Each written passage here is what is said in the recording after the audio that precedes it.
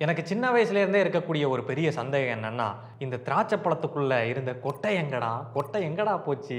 எங்கடா காணாம போச்சு? ஏன்னா நம்ம எல்லாத்துக்குமே தெரியும், பழம் அப்டின்னா அதுக்குள்ள கொட்டை இருக்கும். அந்த கொட்டைய போடும்போது தான் திரும்ப அந்த செடியோ, மரமோ வளரும். அப்படி இருக்கிறப்போ, இந்த பழத்தில மட்டும் கொட்டை இல்லாம எப்படி இது விளையுது? இல்ல இந்த பழத்த திரும்ப எப்படி விளைய வைப்பாய்ங்க? அப்படின்ற மாரி எனக்கு பல்வேறு விதமான சந்தேகங்கள் இருந்துச்சு. அது மட்டும் இல்லாம இதில சில அரசியல் கருத்துக்களும் உண்டு. அதாவது இந்த மாரி கொட்டை இல்லாத பழங்கள சாப்பிட்டா உனக்கும் வந்து அந்த மாரி ஆயிரும் அப்படின்ற மாரிலாம் சொல்லி கேள்விப்பட்டிருப்பீங்க. படங்கள்லயும் வந்து இந்த விஷயத்த வந்து வலியுறுத்துறாங்க.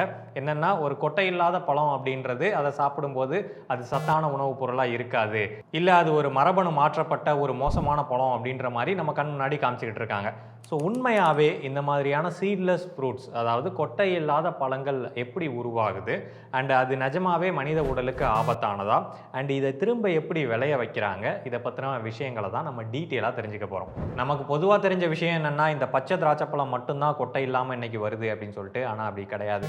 நம்ம வாங்கக்கூடிய தக்காளி, வாழைப்பழம், அன்னாச்சி பழம், இல்ல தர்பூசணி பழம் இந்த மாரி சில வெரைட்டீஸ்லயும் வந்து கொட்டை இல்லாம பழங்கள் வருது. இல்ல கொட்டை இருந்தாலும் அத போட்டு நம்மளால விளைய வைக்க முடியாது. நொட்டிட்டு போயிடுச்சு தம்பி. இந்த உலகத்துல இருக்கக்கூடிய எந்த ஒரு உயிரினமும் அதோட அடிப்படையான ஒரு பர்ப்பஸ், அதோட வாழ்க்கைக்கான ஒரு அர்த்தம் அப்படின்னு சொல்லி அது நினைக்கக்கூடியது இந்த இனப்பெருக்கம் தான். அதோட இனத்த அத பெருக்கிறதுக்கு தான் முயற்சி பண்ணிக்கிட்டே இருக்கும்.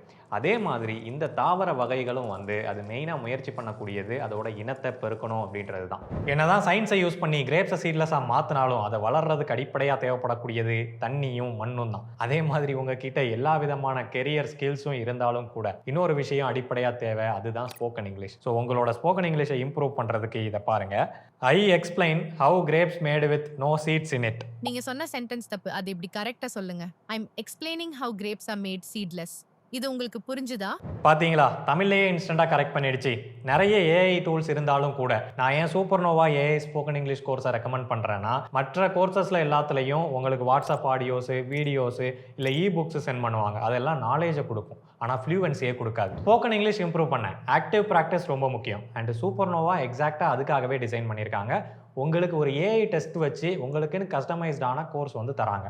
முக்கியமா அன்லிமிட்டெட் ஸ்பீக்கிங் ஆக்டிவிட்டீஸ் இருக்கு. ஸோ நீங்க யார்ட்டையும் கூச்சப்படாம சிம்பிளா 24/7 ஈஸியா இதுலயே பேசி நீங்க கத்துக்கலாம். இதெல்லாம் போக உங்களை அக்கௌண்டபிளா வச்சுக்க ஒரு ஹேபிட் மென்டாரும் இருப்பாங்க. ஸோ ஸ்மார்ட்டா இங்கிலீஷ் கத்துக்க இப்பவே கீழே இருக்கக்கூடிய லிங்க் மூலமா 75% ஆஃபரோட சூப்பர்னோவா ஏஐல ஜாயின் பண்ணுங்க. இப்போ ஒரு தாவரம் எப்படி ப்ராப்பரா இனப்பெருக்கம் செய்யுது அப்படின்னு சொல்லி பார்த்தோம்னா, அதுல ஃப்ளவர்ஸ் வந்து உருவாகும், பூக்கள் வந்து உருவாகும் இல்லையா? இந்த பூக்கள் அட்ராக்டிவா நல்ல வாசனையோட கலர்ஃபுல்லா இருக்கிறதுக்கு ரீசன் வந்து நம்ம எடுத்து தலையில புடிங்கி வச்சுக்கணும் அப்படின்றதுக்காக கிடையாது. அது வந்து அதோட பாலினேட்டரை அட்ராக்ட் பண்றதுக்கு. அதாவது பூவுல வந்து ஆண் உறுப்பும் இருக்கும், பெண் உறுப்பும் இருக்கும். இந்த ஆண் உறுப்பு அப்படின்றது மகரந்தங்களை நம்ம சொல்லலாம். மகரந்த தூள்னு சொல்லுவோம் இல்லையா? அந்த மகரந்த தூளுக்குள்ள வந்து ஸ்பெர்ம் செல்ஸ் இருக்கும். அதே பெண் உறுப்புல பார்த்தோம் அப்படின்னா ஓவியூல்ஸ் அப்படின்ற இடத்துல முட்டைகள் வந்து இருக்கும். இப்போ என்ன ஆகும் அப்படின்னா, இந்த பூவோட அந்த மகரந்த தோல் இருக்கு இல்லையா, அதை கொண்டு போய் இன்னொரு பூவோட ஃபீமேல் பார்ட்டான ஓவியூல் அப்படின்னு சொல்லக்கூடிய அந்த முட்டைகளுக்குள்ள கொண்டு போய் சேர்க்கணும். அப்படி சேர்த்தாதான் அங்க ஃபெர்டிலைசேஷன் அப்படின்ற ப்ராசஸ் வந்து ஆரம்பிக்கும். இதை பண்ண போறது யாரு அப்படின்னு சொல்லி கேட்டீங்கன்னா, பாலினேட்டர்ஸ். அதாவது அந்த பூ வந்து கலர்ஃபுல்லா வைப்ரண்டா இருக்கிறதுக்கு காரணம் இந்த பாலினேட்டர்ஸை அட்ராக்ட் பண்றதுக்காக. ஈயா இருக்கலாம், வண்டா இருக்கலாம், பூச்சியா இருக்கலாம், இல்ல தேனீக்களா கூட இருக்கலாம். இந்த மாதிரி பூச்சிகளை அட்ராக்ட் பண்ணி அது எதுக்காக அட்ராக்ட் பண்ணணும் அப்படின்னா, நீ என்கிட்ட வா, நான் வந்து உனக்கு ஒரு உணவுப் பொருளை தரேன், நெக்டர் அப்படின்ற ஒரு உணவை வந்து கொடுக்குறேன். ஸோ இந்த உணவை எடுத்துக்கோ, அது கூடவே வந்து நீ மகரந்தத்தையும் சேர்த்து எடுத்துக்கோ. ஸோ நீ என்ன பண்ணுன்னா, நீ இந்த மகரந்தத்தை கொண்டு போய் இன்னொரு பூவில் கொண்டு போய் சேரு. அப்போ வந்து என்னோட தாவரமும் வந்து இனப்பெருக்கம் அடையும், உனக்கு தேவையான உணவையும் நான் கொடுத்த மாதிரி இருக்கும் அப்படின்னு சொல்லி ஒரு டீல் வந்து பேசுது அந்த பாலினேட்டர் கிட்ட. ஸோ இதுதான் பாலினேஷன் அப்படின்றது. இந்த இனப்பெருக்கத்தோட முதல் ப்ராசஸ் முடிஞ்சது. இப்போ அந்த மகரந்தமும் முட்டைகளும் சேர்ந்து எம்ப்ரியோவை உருவாக்கும். இந்த எம்ப்ரியோ அப்படின்றது அடுத்த தாவரம் வளர்றதுக்கு தேவையான ஒரு கரு அப்படின்னு சொல்லி சொல்லலாம். ஸோ வெறும் கருவை மட்டுமே உருவாக்க முடியாது, அதுக்கு தேவையான நியூட்ரிஷன் உணவுப் பொருட்கள் எல்லாத்தையும் கொடுக்கணும். அதை தான் வந்து எண்டோஸ்போம்ல வந்து அது உருவாக்குது. ஸோ அதெல்லாம் உருவாக்கி அதுக்கு மேலே ஒரு ப்ரொடெக்டிவ் லேயர், ஒரு கோட்டிங்கை கொடுத்து அதை ஒரு முட்டை மாதிரி உருவாக்குது. அதை தான் விதை, சீட் அப்படின்னு சொல்லி சொல்றோம். சரி, இப்போ விதை உருவாயிருச்சு. அந்த விதையை கொண்டு போய் யாரு தனியா விளைய வைக்கிறா? தாவரங்களால நடக்க முடியாது இல்லையா? அதனால இந்த தாவரம் என்ன பண்ணும் அப்படின்னா, ட்ரிக்ஸா அந்த விதைக்கு மேல வந்து ஒரு நல்ல அருமையான, நல்ல ஜூசியான, சுகரியான ஒரு லேயரை வந்து உருவாக்குது. அதுதான் பழம். கோட்டிங்களா? யார் நீ? ஸோ இந்த பழம் உருவாயிட்டதுக்கு அப்புறமா அது ஒரு அருமையான உணவுப் பொருள் அப்படின்னு சொல்லி நம்பி எல்லா உயிரினங்களும் அதை நோக்கி போகும், இன்க்ளூடிங் மனிதர்கள். உன்னை அடிக்கிறது 5 நிமிஷம் ஆகாது கண்ணா. இப்போ உதாரணமாக ஒரு குரங்கு வந்து அந்த பழத்தை சாப்பிடுது, சாப்பிட்டுட்டு அது வேற எங்கேயோ ஒரு இடத்துல போய் அந்த கொட்டையை தூக்கி போட்டுருது. போட்டதுக்கப்புறமா அந்த கொட்டைக்கு தேவைப்படக்கூடிய அந்த என்விரான்மெண்ட்டு, தண்ணீர் இதெல்லாம் கிடைக்கும் போது அந்த கொட்டை வந்து மறுபடியும் வேற ஒரு பிளான்ட்டாக உருவாகி வெளியில் வர ஆரம்பிக்குது. இப்படி தான் ஒரு தாவரம் அதோட இனப்பெருக்கத்தை பூர்த்தி செய்யுது. இப்போ இந்த மாதிரியான இனப்பெருக்கம் செய்கிறதுக்கு விதை மட்டும்தான் ஒரே ஒரு வழியா அப்படின்னு சொல்லி கேட்டிங்கன்னா கிடையாது. ஒரு தாவரத்தால் விதை வழியாகவும் இனப்பெருக்கம் செய்ய முடியும், விதை இல்லாமலும் அதோட இனத்தை வந்து பெருக்க முடியும், மீன்ஸ் மல்டிப்ளை ஆக முடியும். இதுக்கு ஒரு நல்ல உதாரணமாக நம்ம அன்றாடம் பார்க்கக்கூடிய வாழை மரங்களை சொல்லலாம். இந்த வாழைப்பழங்களுக்குள்ளே வந்து பார்த்தீங்க அப்படின்னா விதை இருக்கும். பட் இப்போ வரக்கூடிய பழங்களுக்குள்ளே இருக்கக்கூடிய அந்த விதையை வந்து விளைய வைக்க முடியாது, அது வேற ஒரு விஷயம், அதை பின்னாடி பார்ப்போம். பட் அந்த விதை இருந்தாலும் அந்த மரம் வளரும் போதே வந்து பார்த்தீங்கன்னா அதோட சைட்லேயே வந்து பக்க கன்றுகள் வந்து வளரும். அப்போ இந்த மரத்தோட இனத்தை பெருக்கிறதுக்கு வந்து அது விதையை மட்டுமே நம்பி இருக்கிறது கிடையாது, பக்க கன்றுகள் உருவாக்குறது மூலமாக அதே மாதிரியான மரங்களை வந்து அது திரும்ப திரும்ப உற்பத்தி பண்ணிக்கிட்டே இருக்கும். அடுத்தபடியாக முருங்கை மரம், அதில் ஏதாவது ஒரு கிளையை நம்ம உடச்சி நட்டு வச்சாலும் கூட அது திரும்பவும் வந்து இன்னொரு மரமாக வளர ஆரம்பிக்கும். ஸோ அப்போ அதுக்கும் விதைகள் இருந்தாலும் கூட அது இந்த மாதிரியான வேற ஒரு முறையிலையும் அதை விளைய வைக்க முடியும். ஆனால் விதை மூலமாக விளையிறதுக்கும் இல்லை இந்த மாதிரி அல்டர்னேட்டிவ் மெத்தட்ஸ் மூலமாக விளையிறதுக்கும் ஒரு வித்தியாசம் வந்து இருக்குது. அதுதான் ஜெனட்டிக் வித்தியாசம். இப்போ உதாரணமாக ஒரு மரமோ செடியோ இருக்குது. இப்போ அதுக்கு வந்து ஏதோ ஒரு நோய் தாக்குதல் ஏற்படுது, இல்லை ஏதோ ஒரு பூச்சி வந்து தாக்குதல் ஏற்படுது அப்படின்றப்போ அதை எதிர்கொண்டு அது வந்து அதுக்கான ஒரு இம்யூனிட்டியை பில்ட் பண்ணியிருக்கும். ஆனால் இன்னொரு மரம் இருக்குது, அந்த இன்னொரு மரத்தில் எஃபெக்டிவான டேஸ்டியரான ஃப்ரூட்டை வந்து அதால் உருவாக்க முடியுது. ஆனால் இது ஒரு பூச்சியை எதிர்த்துச்சு இல்லையா, அந்த எதிர்க்கக்கூடிய அந்த இம்யூனிட்டி வந்து அதுக்கு இல்லை. அப்போ இந்த 2 மரங்களும் வந்து இனப்பெருக்கம் செய்யும் போது அதில் ஒரு விதை வந்து உருவாகுது. அந்த விதையை நம்ம விளைய வைக்கும் போது இந்த மரத்தோட கேரக்டரிஸ்டிக்ஸும் இருக்கும், இந்த மரத்தோட கேரக்டரிஸ்டிக்ஸும் இருக்கும். அப்போ நமக்கு கிடைக்கக்கூடிய அந்த பழம் அப்படின்றது சுவையானதாக இனிப்பானதாக இருக்கும், அதே சமயத்தில் அந்த பூச்சி நோய் எதிர்ப்பு சக்தியும் வந்து அதுக்கு இருக்கும். ஆனால் இந்த மாற்றம் பக்கக்கன்றுகளை விளைவிக்கும் போதோ இல்லை வேறு முறையில் நம்ம இனப்பெருக்கம் செய்யும் போதோ அது வந்து உருவாகாது. அதுக்கு காரணம் என்னென்னா அது வந்து அப்படியே தன்னைத்தானே க்ளோன் பண்ணிக்கும். அதாவது ஒரு பேரண்ட் மரம் இருக்குது அப்படின்னா அது கூடவே சைட்லேயே இன்னொரு மரம் முளைக்குது அப்படின்ற பட்சத்தில் இந்த பேரண்ட் மரத்தில் என்னென்ன விஷயங்கள் அடாப்டேஷன் இருக்குதோ அது மட்டும்தான் இந்த மரத்துலையும் வரும். அதில் என்ன மாதிரியான பழம் உருவாச்சோ அதே மாதிரி தான் இதுலேயும் வந்து பழங்கள் உருவாகும். இந்த மாதிரி நிறைய தாவரங்களை சொல்லலாம். இதை விளைய வைக்கிறதுக்கு விதை மட்டுமே முக்கியம் கிடையாது, மற்ற வகைகளையும் நம்மளால் விளைய வைக்க முடியும். சரி, இப்போ தான் முக்கியமான கேள்விக்கே வந்திருக்கோம். விதையை உருவாக்கிட்டு இருக்கக்கூடிய ஒரு பழத்தில் விதையே இல்லாமல் அதால் பழத்தை உருவாக்க முடியுமா? ஏன்னா முன்னாடி நம்ம பார்த்த மாதிரி அந்த விதையை வேற ஒரு இடத்துக்கு கொண்டு போய் சேர்க்கறதுக்காக தான் அது பழம் அப்படின்ற ஒரு கோட்டிங்கே உருவாக்குது. அந்த இடத்துல விதையே இல்லாமல் பழம் கான்ட்ரவர்சியாக இருக்குல்ல.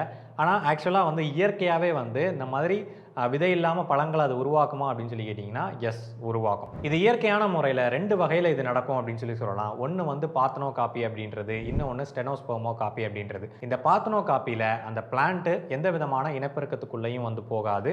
சிம்பிளாக சொல்லணும் அப்படின்னா ஒரு வெர்ஜின் ஃப்ரூட் அப்படின்ற மாதிரி சொல்லலாம். ஸோ அதில் ஏற்படக்கூடிய ஹார்மோனல் சேஞ்சஸ் இல்லை என்விரான்மெண்டல் இம்பேக்ட் இல்லை வேற ஏதோ ஒரு காரணங்கள்னால அது இனப்பெருக்கத்துக்குள்ளே போகாமலேயே வந்து அது பழத்தை வந்து உருவாக்க ஆரம்பிச்சிடும். இதை தான் பார்த்தனோ காப்பி. 2வது முறையில் பார்த்தீங்க அப்படின்னா அது இனப்பெருக்கத்துக்குள்ளெல்லாம் போகும், அதாவது பாலினேஷன், ஃபெர்டிலைசேஷன் இந்த மாதிரி விஷயங்கள்லாம் நடக்கும். ஆனால் அதோட எம்ப்ரியோ உருவாகும் போது அது வந்து அபார்ட் ஆயிரும். அந்த விதையால் முழுவதுமாக உருவாக முடியாது, அதுக்கு முன்னாடி ஸ்டேஜ்லேயே வந்து அது அபார்ஷன் ஆயிரும். ஸோ அப்படின்ற சமயத்தில் தான் நமக்கு பழமும் இருக்கும் விதையும் இருக்கும். விதை வந்து ஒரு எஃபெக்டிவான ஒரு விதையாக இருக்காது, ரொம்ப சாஃப்டான ஒரு விதையாக இருக்கும். அதை நம்ம சாப்பிடும் போதும் நமக்கு பெருசாக எதுவும் தட்டுப்படாது, அந்த மாதிரியான ஒரு விதை இருக்கும். ஸோ இது உருவாகிறதுக்கும் முக்கியமான காரணம் ஜெனட்டிக் மியூட்டேஷனாக இருக்கலாம், ஹார்மோனல் சேஞ்சஸாக இருக்கலாம், இல்லை என்விரான்மெண்டல் ட்ரிகர்ஸ் காரணமாகவும் இந்த மாதிரி நடக்கிறதுக்கு வாய்ப்பு இருக்குது. ஸோ இது ரெண்டையும் சிம்பிளாக நம்ம புரிஞ்சுக்கணும் அப்படின்னா ஒரு பிளான்ட்டோட ரீப்ரொடக்ஷனில் உருவாகக்கூடிய ஒரு டிஃபெக்ட் தான் வந்து இந்த சீட்லெஸ் ஃப்ரூட்ஸ் எல்லாமே. சரி, இது இயற்கையாக அதுவாகவே டிஃபெக்டாக உருவாகக்கூடிய ஒரு விஷயம். இதை ஆர்டிஃபிஷியலாக உருவாக்க முடியுமா அப்படின்னு சொல்லி கேட்டிங்கன்னா எஸ், உருவாக்க முடியும். இதில் ஃபர்ஸ்ட் மெத்தட் என்ன அப்படின்னு சொல்லி கேட்டிங்கன்னா கிராஃப்டிங் அப்படின்னு சொல்லலாம். இதுதான் சிம்பிளான ஒரு ஈஸியான மெத்தட். இப்போ வந்து ஒரு மரம் வளர்ந்துருக்கு, அந்த மரத்தில் அந்த டிஃபெக்ட் ஆயிருச்சு, ரீப்ரொடக்ஷனில் டிஃபெக்ட் ஆயிருச்சு, அது விதை இல்லாத ஒரு பழங்களை வந்து உருவாக்குது அப்படின்ற சமயத்தில் சிம்பிளாக அந்த மரத்தோட கிளையை எடுத்துகிட்டு போய் வேற ஒரு மரத்தோட கிளையோட நம்ம அட்டாச் பண்ணுறோம் அப்படின்னா அதுக்கு தேவைப்படக்கூடிய நியூட்ரியன்ஸ் எல்லாத்தையும் இந்த மரத்திலிருந்து எடுத்துக்கிட்டு அதில் ப்ரொடியூஸ் ஆகக்கூடிய அந்த பழங்கள் எல்லாத்தையும் விதை இல்லாத ஒரு பழங்களாக ப்ரொடியூஸ் பண்ணோம்.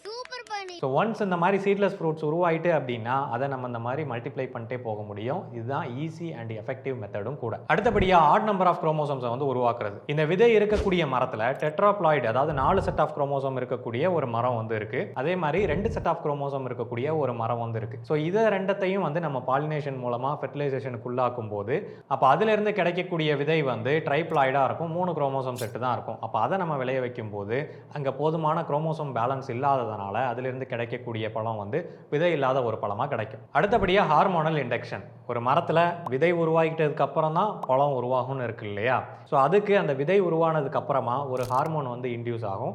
அந்த ஹார்மோனை பேஸ் பண்ணி தான் வந்து அந்த மரம் நமக்கு விதை வந்து உருவாயிருச்சு, இனி பழத்தை உருவாக்குறது தான் வேலை அப்படின்னு சொல்லி பழத்தை உருவாக்கக்கூடிய வேலையை செய்யும். ஆனால் நம்ம ஆட்கள் என்ன பண்ணுவாங்க அப்படின்னா, இந்த ஹார்மோனை வந்து முன்னாடியே இன்டியூஸ் பண்ணுற மாதிரி, அந்த விதை உருவாகிறதுக்கு முன்னாடியே இன்டியூஸ் பண்ணுற மாதிரி அந்த கெமிக்கல்ஸு இல்லை இந்த ஹார்மோன்ஸை வந்து தெளிப்பாங்க அந்த மரத்துக்கு. அப்போ அந்த மரத்துக்கு விதை உருவாகிறதுக்கு முன்னாடியே இந்த ஹார்மோன்ஸோட இன்புட் கிடைச்சிருது அப்படின்றதுனால விதை உருவாயிருச்சு அப்படின்னு சொல்லி அதை கிறுக்குத்தனமாக்கி அதில் வந்து பழத்தை உண்டு பண்ணுறது தான் வந்து இந்த ஹார்மோனல் இண்டக்ஷன்.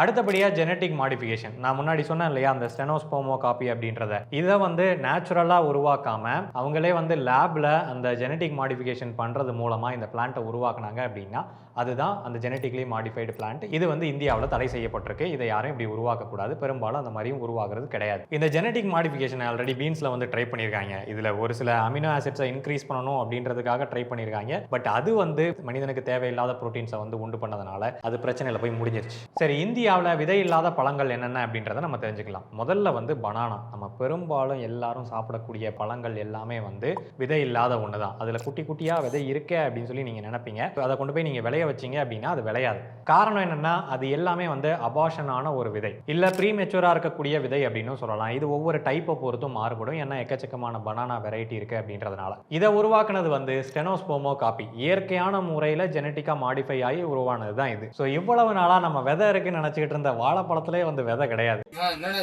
அது ஆக்சுவலாக ஒரு மெச்சூரான விதை கிடையாது. அடுத்தபடியாக அந்த மாதிரியான கிரேப்ஸ். ஸோ அந்த கிரேப்ஸ்லேயே வந்து பார்த்தோம் அப்படின்னா ஆக்சுவலாக இதில் நம்ம விதை இல்லை அப்படின்னு சொல்லி நினைப்போம். ஆனால் உள்ளுக்க பார்த்தீங்க அப்படின்னா ஒரு அபார்ட்டான ஒரு விதை வந்து சின்னதாக இருக்கும். ஸோ ஒரு ஆர்வத்தில் எங்கேயாவது அந்த அபார்ட்டான விதை இருக்கா அப்படின்னு சொல்லி தேடி பார்த்தேன். என் கண்ணுக்கு எதுவும் தட்டுப்படலை. இது எப்படி விதை இல்லாமல் உருவாச்சு அப்படின்னு சொல்லி பார்த்தீங்கன்னா, பிரைமரியாக உருவானது ஸ்டெனோஸ்போமோ காப்பி அப்படின்னு சொல்லி சொல்கிறாங்க. அதுக்கு அடுத்தபடியாக அதில் உருவான அந்த கிளையை வந்து திரும்ப திரும்ப கிராஃப்டிங் பண்ணும்போது இதை வந்து மாஸ் ப்ரொடக்ஷன் பண்ணியிருக்காங்க. இப்போவும் பெரும்பாலும் இந்த கிராஃப்டிங் முறையில் தான் வந்து மாஸ் ப்ரொடக்ஷன் பண்ணுறாங்க. ஆனால் இது மொத்தமாக அழிஞ்சு போயிருச்சு அப்படின்னாலோ, இல்லை இதை வந்து பிரைமரியாக சப்ளை பண்ணணும் அப்படின்னாலோ இதை பார்த்தனா காப்பி முறையில் செகண்டரி ஸ்டேஜில் வந்து இதை ப்ரொடியூஸ் பண்ணுறாங்க. அடுத்தபடியாக தக்காளி. தக்காளியில் விதை இருக்கும். ஆனால் அந்த விதையை நீங்கள் விளைய போட்டிங்கன்னா விளையாது. ஏன்னா அதுவும் வந்து ஒரு அபார்ஷனான ஒரு விதை தான். இந்த ஹைபிரிட்னு விதையெல்லாம் வருது இல்லையா, அது விளைய போட்டிங்க அப்படின்னா திரும்ப அதை வந்து நீங்கள் மல்டிப்ளை பண்ண முடியாது. விதைக்கு நீங்கள் மறுபடியும் அவங்கள்ட்ட தான் வாங்குற மாதிரி இருக்கும். 3 செட்ஸ் ஆஃப் குரோமோசோம் கொண்டு இருக்கக்கூடிய ஒரு விதை. ஸோ அதிலிருந்து திரும்ப உருவாகக்கூடிய விதை வந்து அது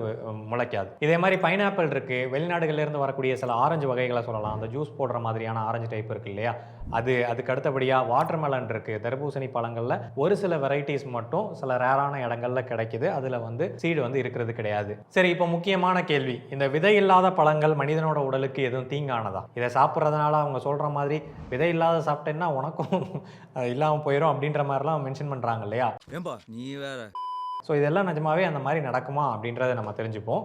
முதல்ல எதுக்காக அந்த விதையை ரிமூவ் பண்ணணும்? ஸோ ஒரு பழத்தை நம்ம சாப்பிடும்போது அதில் பெருசாக டிஸ்டர்பாக இருக்கக்கூடியது இந்த விதை தான். ஏன்னா டிஸ்டர்ப் ஆகாத விதையை நாமளும் வந்து டிஸ்டர்ப் பண்ண போகிறதில்ல. இப்போ மாங்காய் வந்து விதை இல்லாமல் வேணும்னு நம்ம எதிர்பார்க்க போகிறதில்ல. அதை சிம்பிளாக விதையை தூக்கி தூர போட்டு நம்ம அந்த சதை பகுதியை மட்டும் சாப்பிடுவோம். இந்த சதைகளுக்குள்ளேயே ஊடுருவி இருக்கக்கூடிய விதை தான் நமக்கு பிரச்சனையாக இருக்குது. அதனால தான் விதை இருக்கக்கூடிய பழம் இல்லாத ஒரு பழம் அதை நம்ம கம்பேர் பண்ணோம் அப்படின்னா நம்ம பெரும்பாலும் தேர்ந்தெடுக்கிறது விதை இல்லாத பழங்களை தான் தேர்ந்தெடுப்போம். ஸோ மனிதனோட கன்வீனியன்ட்டுக்காக தான் இந்த விதையை வந்து இவங்க சுருக்குறாங்க, இல்லை மாடிஃபை பண்ணுறாங்க, இல்லை அது இல்லாத ஒரு பழத்தை வந்து கொண்டு வரணும்னு நினைக்கிறாங்க. ஸோ இயற்கையே அதுக்கான ஒரு வழியை வகுத்து கொடுக்கும்போது அதையே நம்ம யூஸ் பண்ணக்கூடாது அப்படின்னு சொல்லிட்டு தான் அந்த விதை இல்லாத பழங்களை வந்து இன்னைக்கு மாஸ் ப்ரொடக்ஷன் பண்ணிட்டு இருக்காங்க. ஆனால் அதே சமயத்தில் ஒரு டிஃப்ரென்ஸ் வந்து உருவாகுது. ஜெனட்டிக்காவோ இல்லை ஹார்மோனலாவோ அந்த பழத்திலேயே வந்து டிஃப்ரென்ஸ் உருவாகுது. ஸோ அதனால் அதில் இருக்கக்கூடிய நியூட்ரிஷனல் கண்டென்ட் வந்து கண்டிப்பாக மாறி இருக்கும். ஒரே விதமான பழம் ஒன்றுத்துல விதை இருக்குது, இன்னொன்றில் விதை இல்லை அப்படின்னா இந்த ரெண்டுத்துக்குமான நியூட்ரிஷனல் கண்டென்ட் வந்து கண்டிப்பாக சேஞ்ச் ஆயிருக்கும். ஆனால் அதனால் மட்டுமே இது மனிதனை பாதிக்குமா அப்படின்னு சொல்லி கேட்டிங்கன்னா அந்த மாதிரி எதுவும் கிடையாது. அப்படி பாதிச்சிருந்தது அப்படின்னா அது இன்னைக்கு மார்க்கெட்லேயே இருந்திருக்காது,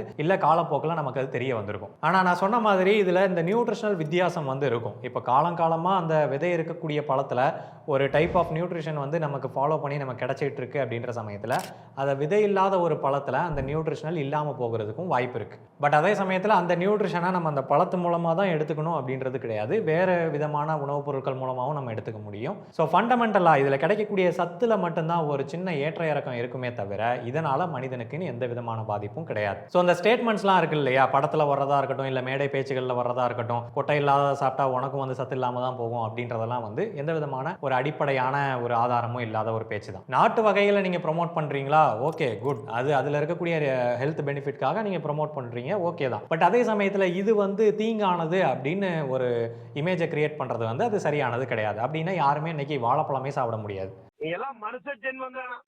ஆனால் இன்னொரு விஷயம், இதனால் தாவரங்களுக்கு பாதிப்பு இருக்குது. இப்போ விதை இல்லாத ஒரு பழம் வருது அப்படின்னா அதை ஈஸியாக வந்து ரீப்ரொடியூஸ் பண்ண முடியாது. மொத்தமாக ஒரு பழ வகையே அழிஞ்சிருச்சு அப்படின்னா அது அவ்வளோ ஈஸியாக கொண்டு வர முடியாது. கொண்டு வரணும் அப்படின்னா அது மறுபடியும் பழைய முறையில் கலப்பினம் பண்ணி தான் கொண்டு வர மாதிரி இருக்கும். ஐயோ, கழுவாமல் சாப்பிட்டேனே. இது ஒரு முக்கியமான பாயிண்ட் ஆக்சுவலாக. இந்த மாதிரி பழங்கள் எல்லாத்தையும் கழுவி சாப்பிடுங்க. ஏன்னா அந்த விதை இல்லாதது இதெல்லாம் விட பெரிய டாபிக் வந்து இந்த அவங்க யூஸ் பண்ணக்கூடிய அந்த பூச்சிக்கொல்லி மருந்துகள். ஸோ அதை நான் இதை பற்றி டீட்டெயில்ஸ் எடுக்கும்போதே எனக்கே அதெல்லாம் கேள்விப்படும் போது லேசாக நெஞ்சொலி வந்துருச்சு. இதை சாப்பிட்லாமா வேணாமா அப்படின்ற யோசனைக்கெலாம் வந்து நான் போயிட்டேன். ஸோ இதுக்காக யூஸ் பண்ணுற பெஸ்டிசைட்ஸ்லாம் வந்து ரொம்ப கொடூரமானது அப்படின்ற மாதிரிலாம் சொல்கிறாங்க. ஸோ இதை பற்றி டீட்டெயிலாக வீடியோ வேணும் அப்படின்னாலும் கமெண்ட்டில் சொல்லுங்கள். ஸோ நம்ம இதில் கொடுத்தது வந்து ஒரு ஓவராலான இன்ஃபர்மேஷன் தான். எதுக்குள்ளேயும் டீட்டெயிலாக போயிட்டு ரொம்ப நுணுக்கமாலாம் நம்ம வந்து எக்ஸ்பிளைன் பண்ணல. ஏன்னா ஒன்றுக்குள்ளேயும் டீட்டெயிலாக போனோம்னா அதில் எக்கச்சக்கமான விஷயங்கள் இருக்குது. ஸோ இந்த டாபிக் எப்படி இருந்துச்சு அப்படின்னு சொல்லி எனக்கு தெரியல. ஸோ நான் தெரிஞ்சுக்கிட்டதை உங்களோட ஷேர் பண்ணணும் அப்படின்னு சொல்லி விரும்பினேன். அவ்வளோதான் மேட்ரு. இது இன்ட்ரெஸ்டிங்காக இருந்துச்சு அப்படின்னா மறக்காமல் கமெண்ட்டில் சொல்லுங்கள். இந்த ஏரியாவை நம்ம இன்னுமே கூட நிறைய எக்ஸ்ப்ளோர் பண்ணலாம், நிறைய எக்ஸ்பர்ட்ஸ் வச்சு. ஸோ மறக்காமல் கமெண்ட்டில் மென்ஷன் பண்ணுங்கள். இவ்வளோதான் அந்த வீடியோ உங்களுக்கு பிடிச்சிருக்கும் புரிஞ்சிருக்கும் அப்படின்னு சொல்லி நம்புகிறேன். பையிங் ஃபேக்ட் சேனலுக்கு சப்ஸ்கிரைப் பண்ணுங்கள். நன்றி.